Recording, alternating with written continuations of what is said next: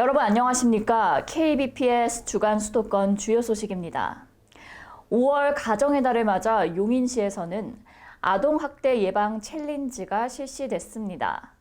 최근 아동학대 사건들이 사회적 이슈로 떠오르면서 시는 적극적인 캠페인을 펼쳤는데요.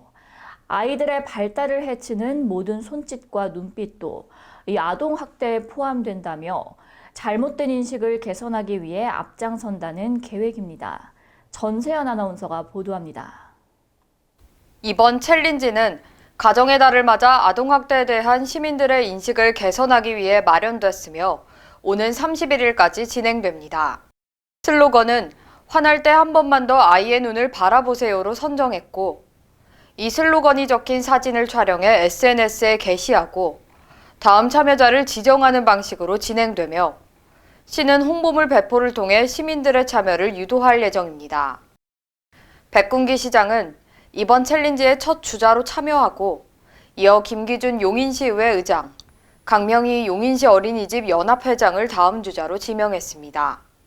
백군기 시장은 아이들의 건강한 발달을 해치는 모든 손짓과 눈빛은 아동학대에 포함된다며 많은 분들이 챌린지에 동참해 아동학대에 대한 어른들의 잘못된 인식을 개선하고 아이들이 행복한 세상이 되는데 한 발 더 앞서길 희망한다고 말했습니다. 지금까지 KBPS 전세현입니다. 광주시가 2021년 지역산업 맞춤형 일자리 창출 공모사업에 선정됐습니다. 코로나19의 장기화로 취업을 하지 못하는 시민들이 증가하면서 시에서 일자리 창출에 필요한 비용을 지원하는 사업인데요. 청년들과 경력 단절 여성들이 새로운 일자리 창출을 통해 지역 산업의 활력을 불어넣을 것으로 기대됩니다. 전세현 아나운서의 보도입니다. 지역산업 맞춤형 일자리 창출 지원 사업은 코로나19 장기화로 고용 환경이 어려워진 고졸 청년과 경력 단절 여성들을 대상으로 일자리 창출 지원에 필요한 사업비를 지원합니다. 시는 이번 공모 사업에 청년층을 특화로 한 우리 동네 빵집 교육과정과 우리 동네 유튜버 창작과정 등 일자리 창출 사업을 제안해 당선됐습니다. 이에 따라 시는 고용노동부 국비 2억 원을 지원받아 동원대학교와 협업을 통해 학교 밖 청소년 지원센터 및 광주시 내 특성화 고등학교 등 청년 지원 단체들과 연계해 청년 특화 일자리 창출 지원 사업을 추진할 계획입니다.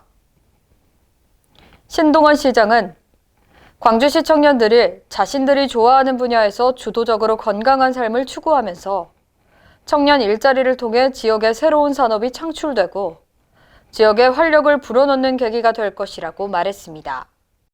지금까지 KBPS 전세현입니다. 의왕시가 청년협의체 활동계획을 논의하는 자리를 마련했습니다. 청년협의체는 약 30여 명의 청년들이 직접 시정에 참여해 의견을 공유하는 단체인데요. 이날 간담회에서는 의왕시의 청년 정책과 관련한 내용과 앞으로의 활동 방안에 대해 이야기를 나눴습니다. 전세현 아나운서가 보도합니다. 의왕시 청년협의체는 청년들이 직접 시정에 참여하고 청년정책 추진 시 의견을 듣기 위해 구성됐으며 현재 청년 30명이 참여하고 있습니다.